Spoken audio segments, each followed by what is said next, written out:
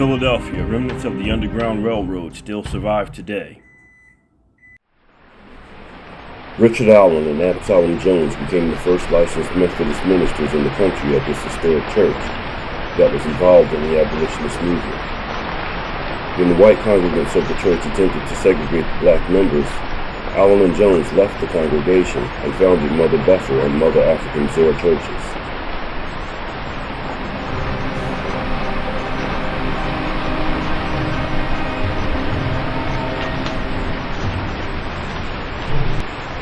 The Mother Bethel AME Church in Philadelphia was the first African Methodist church in the country and sits on the oldest known African-owned plot of land in the city. The basement here was a safe haven for runaway slaves traveling on the Underground Railroad. Frederick Douglass and Sojourner Truth are among the famous abolitionists that have spoken here.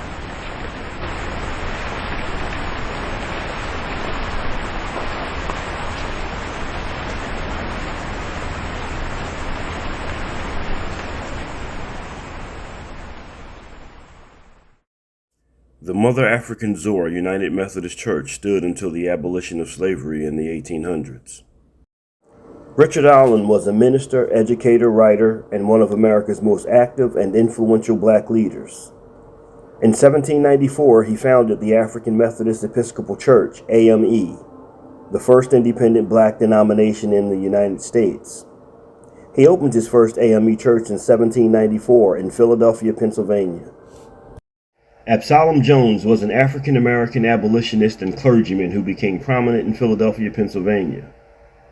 Disappointed at the racial discrimination he experienced in a local Methodist church, he founded the Free African Society with Richard Allen in 1787, a mutual aid society for African Americans in the city.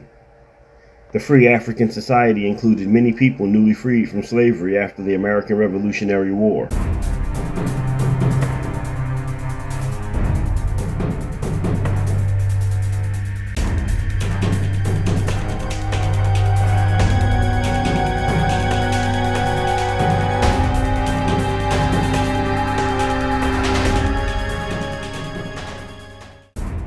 Harriet Tubman, born Araminta Ross, was an American abolitionist and political activist.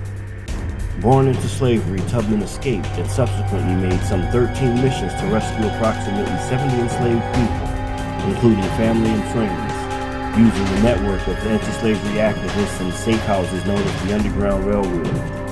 In 1849, Tubman escaped to Philadelphia, only to return to Maryland to rescue her family soon after.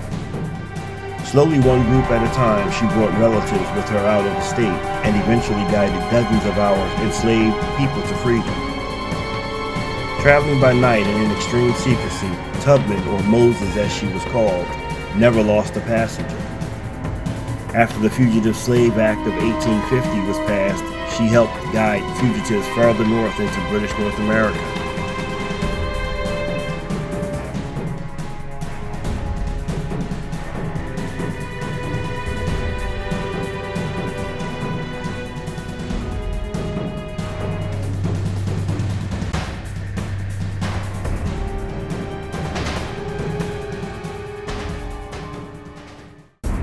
This is Dana Smith reporting for Photojournal News.